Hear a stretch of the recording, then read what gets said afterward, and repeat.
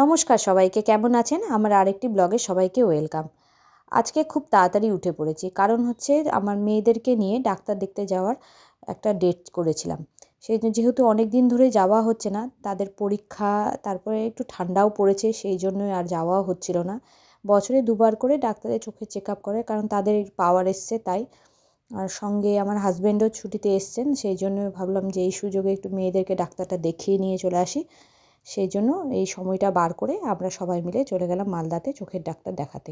আমাদের এখান থেকে প্রায় অনেকটাই দূরে, আমাদের চাঁচল থেকে 72 কিলোমিটার দূরে। সেখানে গিয়েই আমরা মেয়েদের চোখের চেক আপটা করিয়ে নিয়েছিলাম। বরাবর সেখানেই করি, তবে অনেকটা এবার দেরি হয়েছিল, সেই জন্য সময়টা বার করে আমরা সবাই মিলে রওনা দিলাম।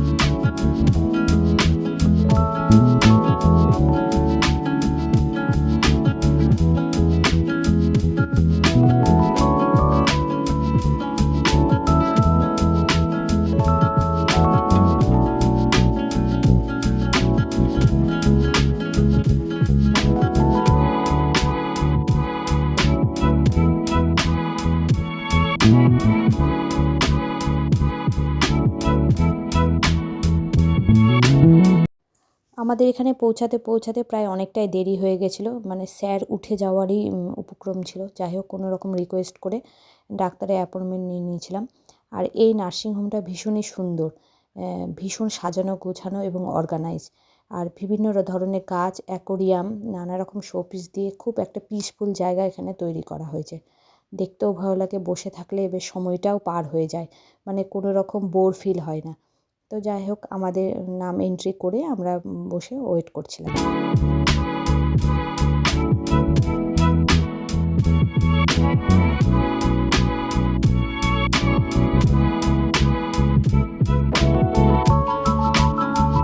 সেখান থেকে চেক আপ করে বেরিয়ে ওষুধপত্র নিয়ে আমরা বেরিয়ে গেলাম একটু খাবারের জন্য, কারণ সকালবেলায় আমরা ভাত খেয়ে রওনা দিয়েছিলাম, সেই জন্য আর ভারী খাওয়ার কোনো ইচ্ছে ছিল না।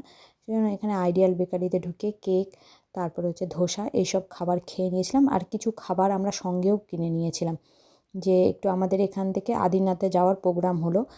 যাই হোক, সময় অনেকটাই দেরি হয়ে গেছিলো, কারণ ডাক্তার দেখাতেই প্রায় অনেকটাই দেরি হয়েছিল, সেই জন্যই আমরা সেইভাবে আর আদিনাথে যাওয়া হলো না। তবে তার সামনের দিক দিয়েই আমরা ঘুরে এলাম।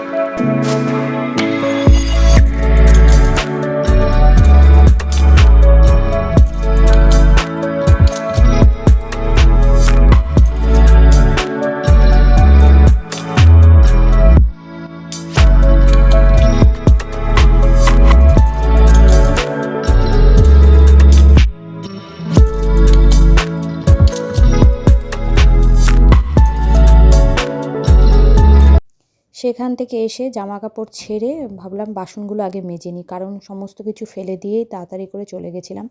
যেহেতু ভাত খেয়ে গেছিলাম তাই প্রায় অনেক বাসনই হয়ে গেছিলো, সেগুলো পরিষ্কার করে রান্নাঘরটা পরিষ্কার করে নিলাম।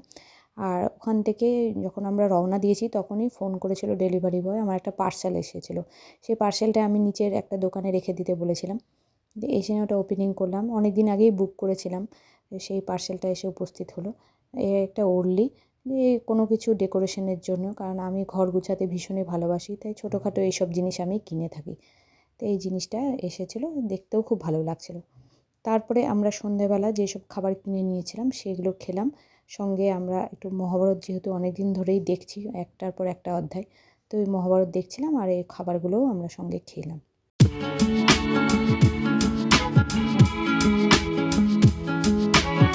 এটি হচ্ছে তারপরের দিনের 26শে জানুয়ারির ভিডিও।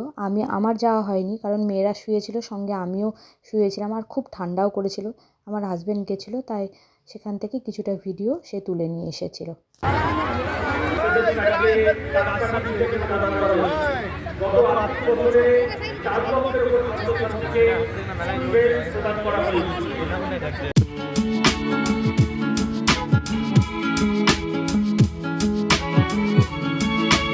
তবে আজকের মতো ব্লগটি এখানেই শেষ করলাম। যদি ব্লগটি ভালো লেগে থাকে তবে লাইক সাবস্ক্রাইব করবেন। সবাই ভালো থাকবেন, ঈশ্বর সকলের মঙ্গল করুক। তবে আজকের মতো এখানেই, টাটা।